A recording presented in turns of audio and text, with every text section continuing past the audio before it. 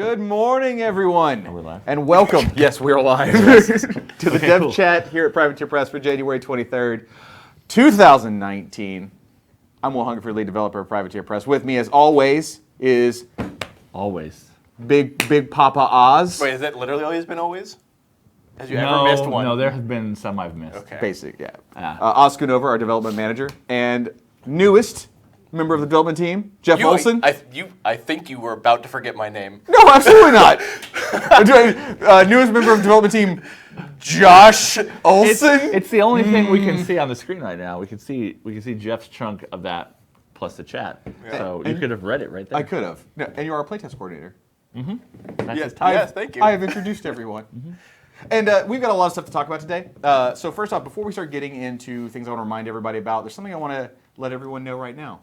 At the end of this stream, we're going to announce the dates for the Talion CID and show you your first look at one of the new models that's going to be appearing in the Talion CID. So everyone, grab your bottles of rum, go raid a pirate ship, and don't actually do that. Privateer Press does not endorse you robbing people.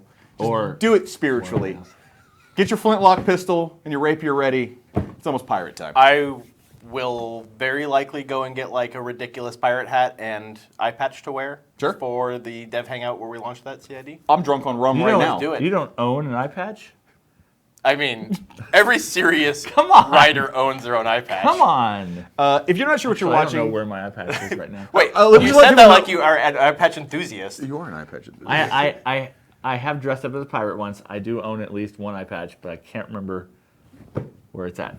Okay, back to announcements. If you're not This sure is what you're going watching, way off the rails. Here at Privateer Press, we stream right now twice a week, every Wednesday and Thursday. We do the dev chat on Wednesdays at 10 a.m. Pacific. That's what you're watching now. That's where we, the development team, talk to you what's going on with the game. Usually CID talk, but other cool stuff coming up. And Thursdays is Get Your Paint On with Jordan.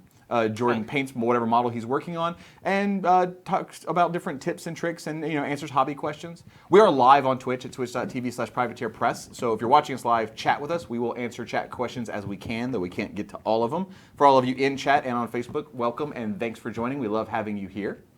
For people asking about my jacket, I'm just really cold and the old hoodie didn't do it. It is winter in Seattle, which means it gets down to like 37 degrees. I did not join a biker gang, I promise. Yeah. And those of you on Twitch, Hey. don't forget to follow and subscribe to the channel. It really helps us out knowing how many followers we have and how many people are watching. And plus, you get notifications whenever we go live. If you ever miss one of these and you want to catch it later, all the videos go up afterwards on YouTube at youtube.com/privateerpressprime. So if there's a particularly juicy topic you want to learn about, or you just want to watch Jordan paint things, Or just want to loop us all day long, don't do that. just constantly. Don't do that. You could do that. Don't do that. Just watch that video Yeah. over and over again. So let's talk about some of the cool stuff going on before we get into the CID. Sure. So first off, the Kickstarter, not new Kickstarter. The Kickstarter is almost done. The current Kickstarter, The yes. current Kickstarter. It's got like 2 days left today and then till end of Friday. 60-something hours. Yeah, right, Tony? 68 hours, I think. 62? So 61 61 hours, and that's the Art of Privateer Press art book. It has funded. Thank you very much to everyone who backed it. If you're looking to get on the art book, you have 61 hours left, so you can join in. You can get physical copies, digital copies. You can get the James miniature, which will be one of the first Riot Quest miniatures released, and is also usable in War Machine and Hordes. So if you haven't heard about it, we're putting out like a coffee table collector's edition art book with art from all kinds of the products we put out: War Machine Hordes, Level 7, Monpoc. Check it out. It's really cool, and I'm a fan of just pretty pictures. I can't do art, but I do appreciate art. So we're in the stretch goals What right even now. is art? What is art? And there are some social stretch goals too, like number of backers, number of shares, number of things. So yeah. Yeah. So even if you've already backed it, you can still spread the word and get more of those social media stretch goals in there. Yep. In terms of special models, the new mini crate model is available right now. Harlequin Versh is finally available this month, and he's available until February 19th. So if you've never heard of Mini Crate, it's a miniature subscription service we do where every month you get a cool mini, and if you sign up for 6 months, you get a VIP model, which right now is Alexia Handmaiden of Death. Go to mini-crate.com, check it out. Harlequin Versh is awesome, and I'm really excited to see. Harlequin paint jobs on miniatures are always very intimidating to me personally, especially if you start doing like the checker patterns and stuff, but we have some incredibly talented painters out there. I've watched tutorials on how to do it. It actually doesn't Well, It's- and the checker pattern is on the model, Yeah, it's- as opposed to Freehanding smooth it. and freehanding a diamond checker pattern or whatever. It is easier to do than it necessarily looks. It does require a decent amount of skill, obviously, but it's not impossible. And of course, our Legend of the Five Rings second mini crate line is going strong. Hida, the current mini crate model there, it's mini-crate.com/L5R with their gigantic hammer is available. Yes. You have till February 5th to get that one. So time's starting to run out on that before the next L5R model becomes And available. that's a crab champion, right? Yes. Crab. Crab. Because you eat crabs with a hammer, Crab right? battle. Right? I don't eat crabs with a hammer. Don't you? Isn't it hammer I don't involved? scoop crab meat up on my hammer and shove the hammer into Are my you, mouth. you're not doing it right.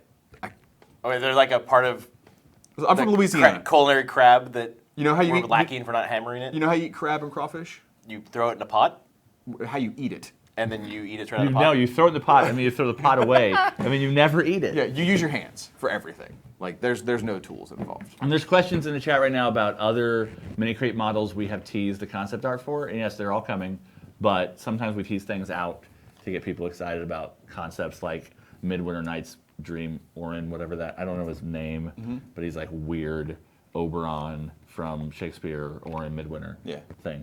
So yeah, we show off models sometimes in advance, and they are still coming. If we've shown them off, they're more than likely going to be in the next couple of pieces, chunks, Yeah. releases, whatever. I really like this Harlequin Verse because he's got a funny nose. What? You're a simple man, Yeah, Oz. that is a I don't mean that in a specific bad detail. way. Yeah. Like you're a smart guy, but when it comes to pleasing you, you're a simple man. When it comes Yeah. to angering you, you're also a simple man. Hey, You have yelled at me for things that just don't even make sense to me. Let's continue. well, that's why Next I thing- had to yell because Next thing I want to mention is Las Vegas Open is coming up February 8th through 10th. We're going there. We'll be vending. So if you're in the area or thinking about going, come hang out with us at Las Vegas Open. I'm bringing a 50-point army. I want to play 50-point games with people. I'm bringing my Cephalix, so go and hang out. Jordan will be there painting, so if you want to talk about painting with Jordan. There's also just a massive ton of War Machine and Hordes events, including like a spell draft, Iron Gauntlet qualifiers. Come hang out, and obviously we'll have some stuff for you to buy as well. Maybe some special pre-releases. You'll find out soon. maybe I think it's pretty sure that we're gonna have at least a pre-release there. Jonas says hello from Denmark. Hey. Hello. And for everyone asking in chat, no, once again, I did not join a biker gang. I'm just cold. Yet. I'm just cold. Yeah. When I used to be fat, I didn't have to wear jackets like this. Then I lost a bunch of weight, and now I get cold. And this Yeah. is what happens. Your class feature for being a fat guy is why I wear shorts year round. Thank you, Jeff.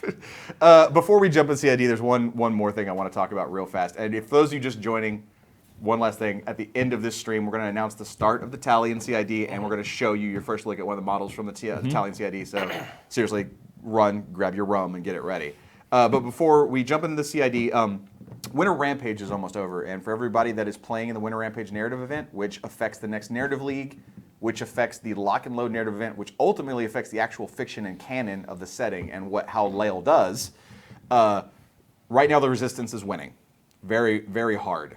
So if you want to see Lael remain occupied by Kador and everyone else, I recommend you go play Winter Rampage. You have till the 31st to submit your reports and affect how things are going to go. But the Battle of Rivers Met right now is going very well for Ashlyn and co.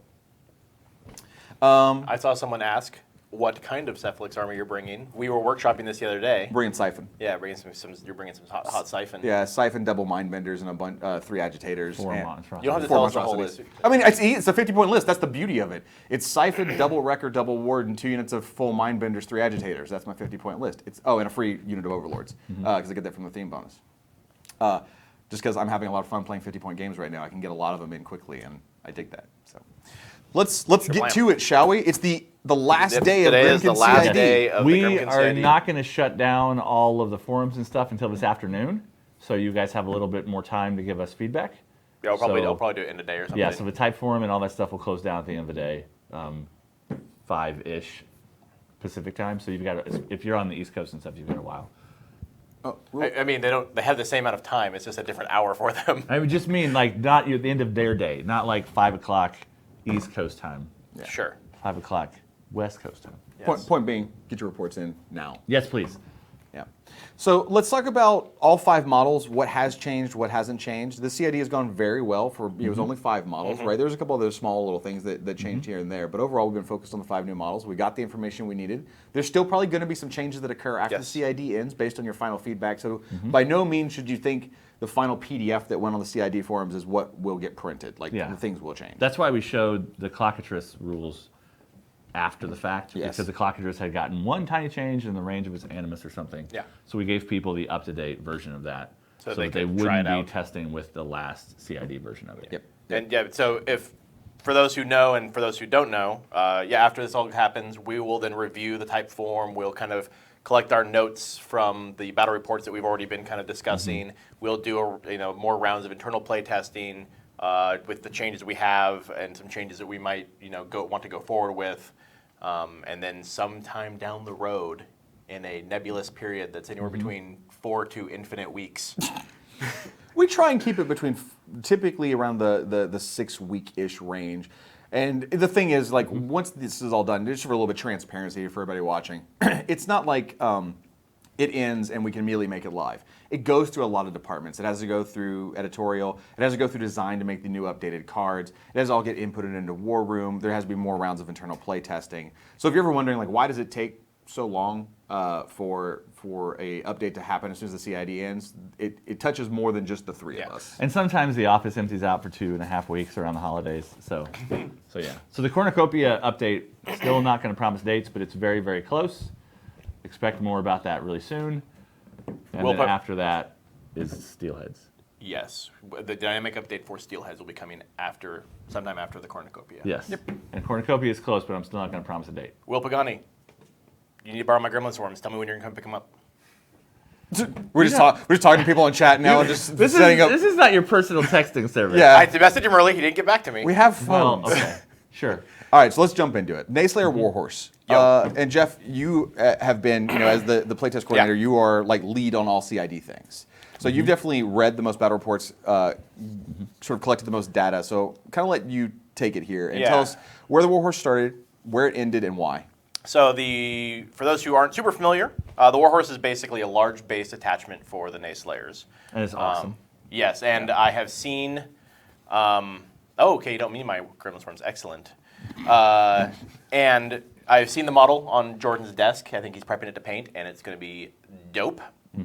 But so where it started is he basically provides 3 unique order-style actions to the unit. We end up settling on 2 of them, and then we also have a 3rd one that we recently changed. So a spicy one, by the way. So we changed the playing with fire, which was caused their weapons to combust enemy models into catch nearby models on fire. We found that people really like that one, but it was also like the most corner casey niche of the 3. So we wanted to help them have something that would help them deliver them across the table. Excuse me, and also get like a sequence of play. You would do the one to help you get across the table, then you would use the grievous wounds when you go in, and then you would use the parry and the annoyance to dig yourself deeper, right? So we settled on playing dead, and this was a very aggressive change that basically allowed them to fall over and become feigned death. Yeah, they immediately knock themselves down and gain feigned death, so they can't be targeted by ranged or magic attacks. We end up pulling back on this ability because when we released the first version of it, we knew right off the bat that this was going to be a very overtuned, very powerful ability, and we wanted to see how it impacted games, and then we would also play test some of our own internal stuff with it. So we end up pulling back on the change a little bit. So now the way the ability works is when the command attachment, uses the ability, they are immediately knocked down, and they also gain feigned death. Previously, they would get knocked down at the end of their activation, which means you could do things like do a press forward order. Before you press forward, you use the order, they all run out and then fall over, and you claim a bunch of board space. Or alternatively, you charge into enemy models, you reposition and then fall over, out of range. What this change does is it makes it if you want to gain that board space, you're also losing a little bit because typically with the timing of the order, the officer will fall down way in the back, and you might be like out of formation, or you're just not going to get as far as you wanted to go. You can still charge in and use this ability though. Yeah. So you won't necessarily get the repo because it happens at the end of the activation. Yeah. Yes. But you can charge in, hit everybody, and if you clear them all out, you don't have any immediate threats. If the way your opponent is likely to retaliate against you is shooting, then you can go blurp, and you all fall over. Yeah. I'm keeping a very close eye on this ability personally, and making sure that like battle reports where they're running this is the ones I'm actually spending a lot of time reading, because this ability is incredibly spicy. It worries me. I think it may potentially make them too deliverable, and Yeah. that is one of the things we're seeing. You know, is there any counterplay? Are the Naysayers always getting there? Because every unit shouldn't always get there all the time. Yeah. There should be a way for your opponent to stop and interact with you. And there are a couple, there are some ways of interacting with Feign Death models, but it typically involves things like I have to run my own model up there and shoot a blast at them or aim a spray through them, kind of thing. So those are concerns that we want to make sure that the players understand we are aware of them, and we want to keep an eye on those, because we don't want the counterplay to be you just have to kill your own target and kill your own models. Yeah, exactly. Yeah. A couple questions that came up while we were talking about these. One, Naros 2007 said, will the Riot Quest models be in CID for their War Machine and Horrors rules? Not all of them. Some will, some won't. It's really dependent if we're doing a CID at the time that matches them. But because they're going to be coming out so constantly, there's going to be like a stream of Riot Quest models that goes on for quite some time. The roster of heroes in that game is huge. Yeah, I think it's important for the community to understand that the Riot Quest models first, and we're also giving them cool War Machine rules. But what that means is that their like release schedule will be to shape Riot Quest, which means it really won't be alongside similar War Machine things necessarily. So some will get CID'd, some will not. But you know, I think everyone's going to be pretty happy with them because they're all pretty interesting, spicy, and weird. So I think some of them are. There's a lot of spiciness. I say some because I want some people to know they're going to see some Riot Quest models or War Machine rules are pretty straightforward. They just beat the hell out of you. He's just a guy with a sword coming at your blah. But he still like does it in a cool way. Yeah. With a jetpack. With a jetpack, but there's going to be some really, really weird ones. Let's move on to the Piggyback Officer. Yes. So Piggyback Officer really stayed almost identical throughout the entirety of the CID with one small change, a point drop. Well, and one additional change, which was the armor of both the Piggyback Officer and so the Piggyback is interesting because he went into the CID and he saw very little overall changes, as you said. He went down a point from 5 to 4. This is, and what the point of this was is we noticed that a lot of people were kind of defaulting him as a free choice you would take in the Theme Force and Bump in the Night. 4 points means that more often than not, you're just going to pay for him. But you also don't necessarily feel bad if you want to take him as a free option. Yeah. As opposed to just, he's just going to be your free option. This made him a little bit more approachable to take in your lists without feeling like you were doing a bunch of song and dance to get your points to work out. Then we also increased the armor on the Piggyback Officer, and alongside that, with you. yeah. And so the point behind this is we realized that Piggybacks in the way they existed kind of needed the death knell to hit an armor value that would help them survive attacks. We didn't want to make them feel like the death knell was a required element to make Piggybacks resilient. So this arm buff means that now when they're in shield wall, they're arm 18 with impervious flesh, which is not dissimilar from, say, an arm 20 or an arm 21 or even arm 22 in terms of like how the dice math can work out. The main difference is whether or not you can boost. Yes. So if you get up to 18 with impervious flesh versus, say, a shock trooper at 21, and say you have a Paladin attack, right? You have a Paladin attack, you've got a shock trooper in arm 21, you can roll boxcars and do a point of damage. Yes. It's technically possible to hurt them and trigger something that happens off of that, like maybe triggering a grievous wounds or a drag or something like that. Whereas a armor 16 piggyback, if you're Paladin and you can't boost, you literally can't hurt. Yeah. So this increases that sort of range of weapons that without a charge or a boost mechanic literally can't hurt piggybacks, which should increase the viability of them. But it's also one of the things we're watching the most to make sure that people aren't playing certain armies into piggybacks and realizing they don't have an answer. Maybe they didn't bring CRA, they didn't bring any boost mechanics, and suddenly everything goes straight to hell. So yeah, that's a cool change. Because I think also what it's opened up to the community is they realize they don't have to take a death knell with the piggybacks now. Yes. And once you take this package of Piggybacks and Death Nail, you actually end up with very few attacks to influence the table because your Piggybacks are swinging once, maybe the retaliatory strike and get lucky, right? Yep. And this makes it so now you have those Death Nail points to play with for other models to kill things. So. Michael McAvoy brings up a really important point. You don't have any facial hair. You need to get I you need to don't. really I get on can't. that. So if I go, like, I basically top out at like 2 weeks, and it's like just kind of like scruff. It doesn't go any further than that. Tony rocks that every single day. Yeah, but, Like, Tony's a good-looking dude. That is true.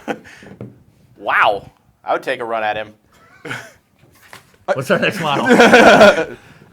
The Malady Man. Good old You're gonna organ. pronounce it correctly this time? Malady Man. Malady Man. That's probably Our organ grinder and his vicious monkey. Yes.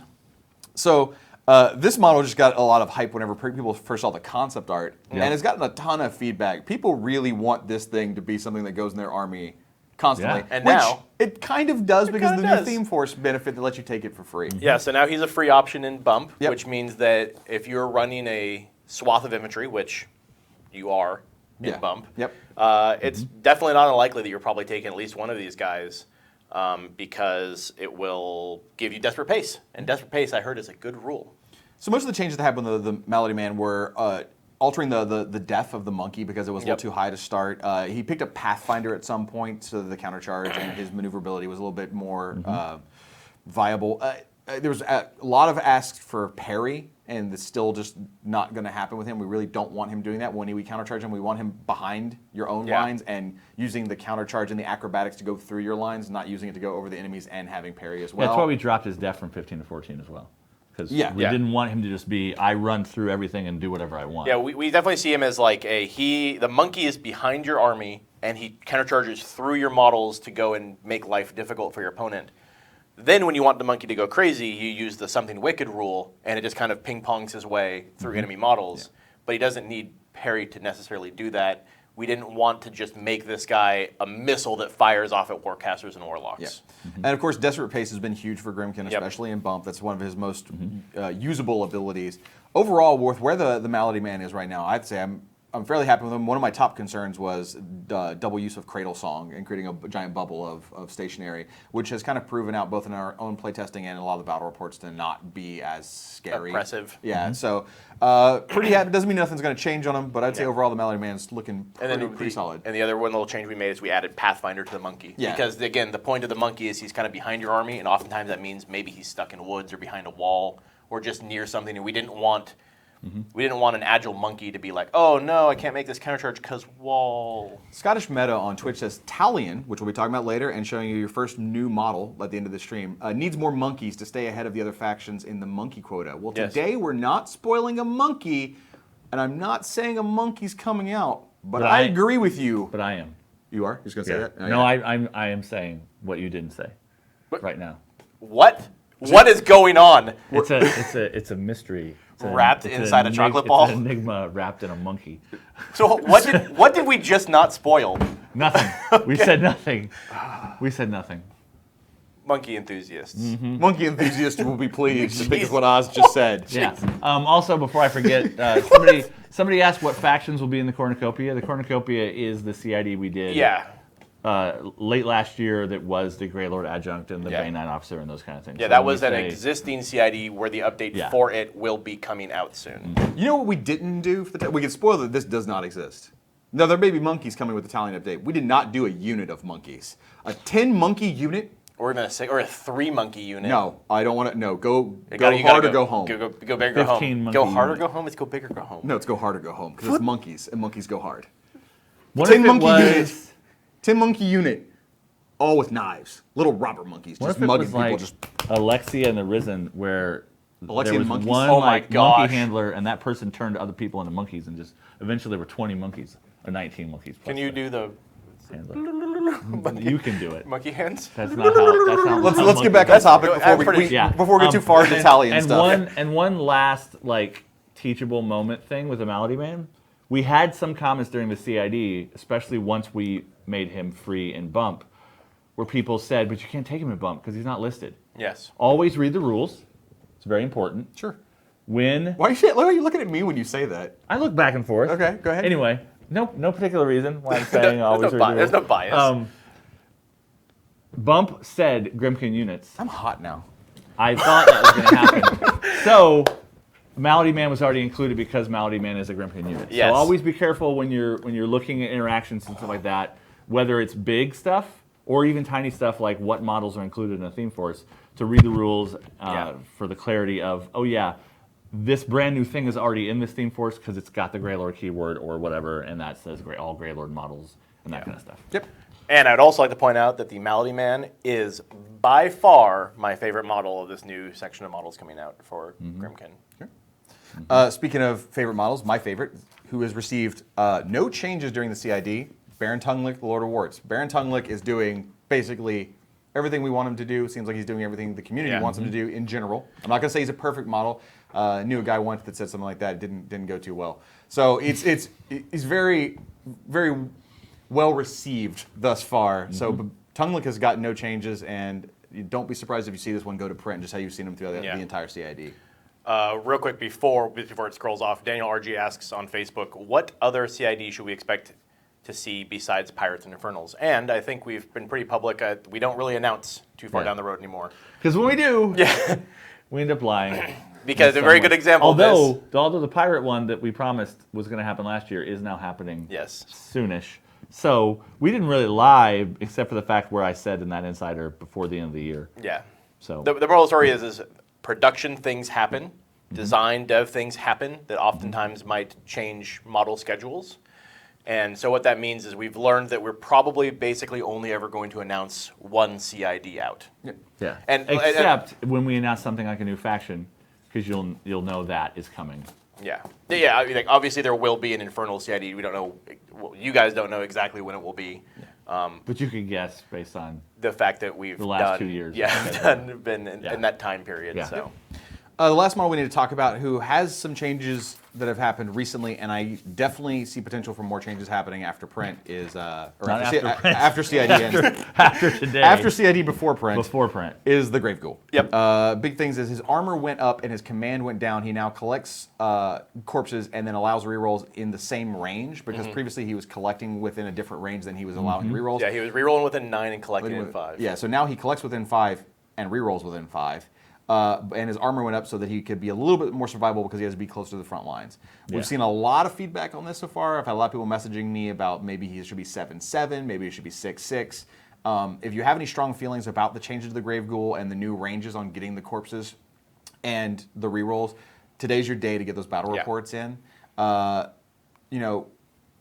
could see it almost even reverting if it had to. Maybe not all the way back up to 9, because the range on the rerolls was a little high, is kind of what things were proving out to be. They don't have to be the same. We understand that for some players it's a little inconsistent and confusing that he collects in one range and spends in another. But ultimately we want the model to be viable, usable, and fun.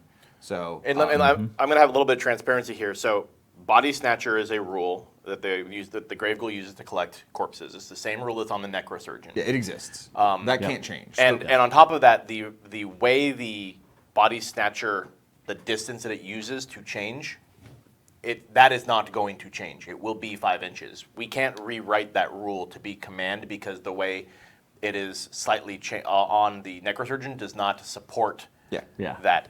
So, and we're not just going to just write a new rule for the sake of a new rule. There are already a million rules in this game. We don't want to just add new rules as that can't just be the excuse we use. It's just constantly making a new rule that does a similar thing. Basically, yeah. It's not Mark 1.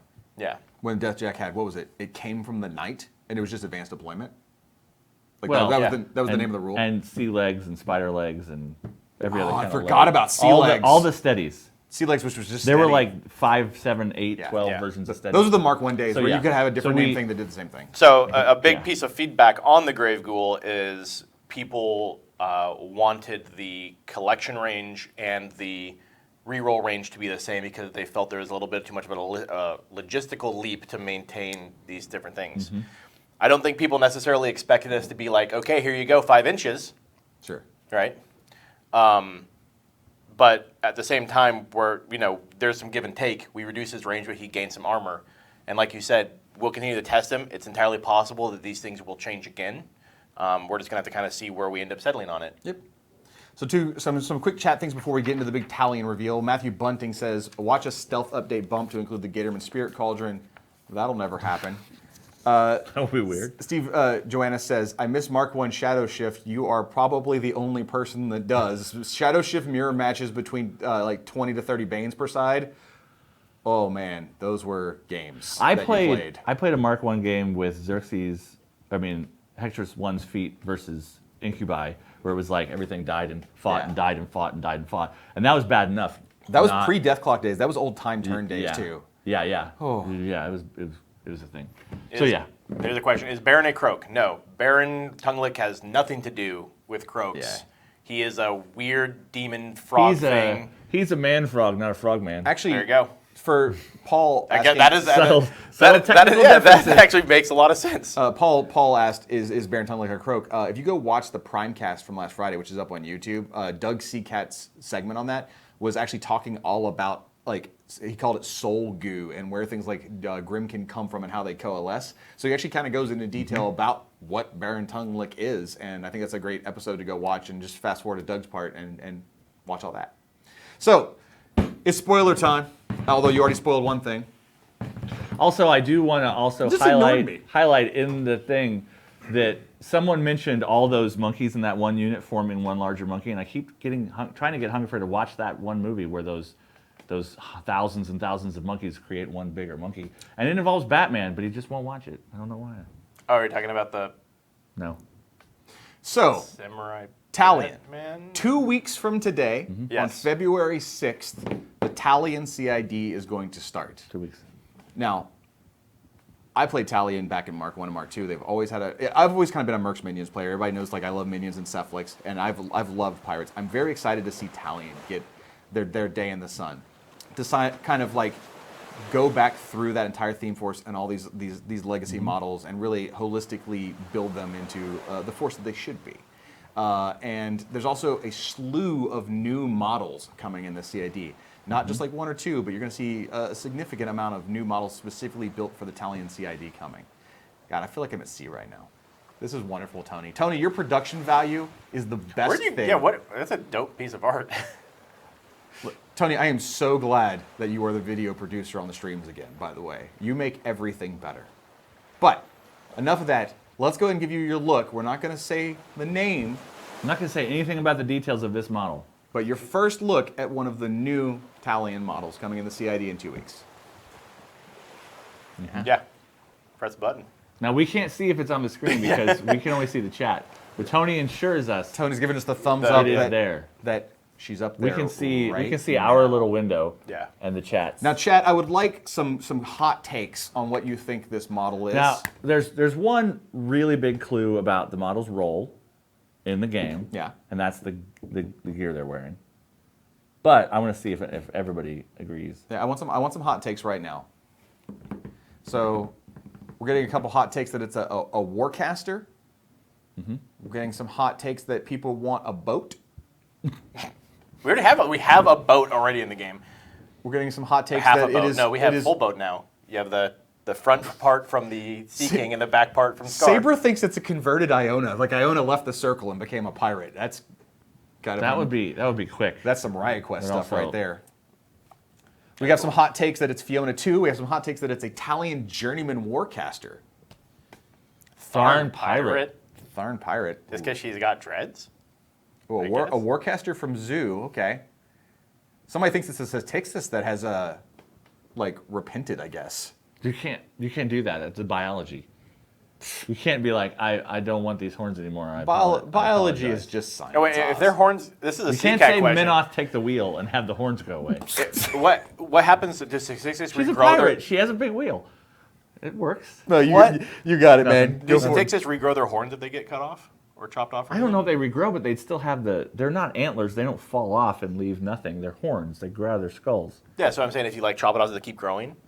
And a new one Yeah, it's grows? like a fingernail, I'm sure. Yeah. We can ask Doug. It's keratin. Yeah, that's the Doug question. All right, so the hot take so far, everyone seems to think it's a Warcaster, whether it's a full Warcaster or a Journeyman. I guess everyone will find out in about 2 weeks on the 6th of February when the new CID for Talion is going to start. So we'll see you all there. Yar. Yar.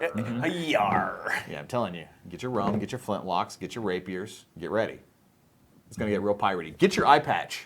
I don't know if I can find it. I can't remember where I put it. Is it like a high quality eye patch? It's just a regular. It's like Kano from Mortal Kombat. No, Does it shoot lasers? It's like a regular, just like drugstore eye patch, but it looks like a normal eye patch. It's quality enough. Okay. It's not like it's made of cardboard and crappy. Quality enough. I bought it at Walgreens or CVS or something. It's part of a headphone. Because they still just sell like over your eye eye patches because you might need an eye patch legitimately and not just as like a night vision thing from the 17th century. Okay. So, good tangent. Solid tangent. Yeah. Mythbusters. All right, everybody. So Ozbusters. we're going to get out of here. A couple quick reminders. Just want to go through everything. There's 60-ish hours left on the Kickstarter right now. So if you want to get on the Art of Privateer Press Kickstarter, go check it out. Jump in, back it. And then once again, we've funded. So thank you very much for everyone who has backed. Make sure you go check out mini-crate.com. Check out the new Harlequin Verse model that has come out. Check out the Legend of the Five Rings model Hida, which is available still till February 5th. If you are playing in any of the narrative events at your local stores, you have till the end of this month to report your Winter Rampage games and affect the opening chapter of the Fate of Lael. And we'll be here next week, but the week after, I'll be gone because I'll be at Las Vegas Open, and I hope to see a bunch of you there at Las Vegas Open. If you're coming, make sure you can build a 50-point list because I'm going to be looking for 50-point games. Are you going to stealth take a Talion list and CID some games? I would if I had a fully painted Talion army, which I don't right now. And I only want to play fully painted. I have the models; they're just not painted, and there's no way in 2 weeks I'm going to have. Come on, knock it out, Dude, it's so many bros. That is a lot of dudes wearing different and they pants. have lots of stripes. Yeah. Yeah, that's a lot of stripy you bros. You could do that. It'd be no problem. All right, everybody. Thank you for joining us. We'll see you tomorrow at 10 a.m. Pacific with Jordan for Get Your Paint On. Until then, bye. Bye. Goodbye. Goodbye, everybody. Hashtag Minoff take the wheel. I'm cold Bye. again. Hashtag Minoff take the wheel. How can you Oh be my cold God. again? I just got cold. I just do Drop. it. It's a thing that happens to my body. Your mouth stopped moving and you cool outside. No, I was talking the whole Yeah, you time. were talking the whole time. Oh my God, we got playing some pirate music. Are you playing? Are you playing? I think. I hope the stream just keeps going. And like Tony does not. I'll walk away from the table, but you're playing.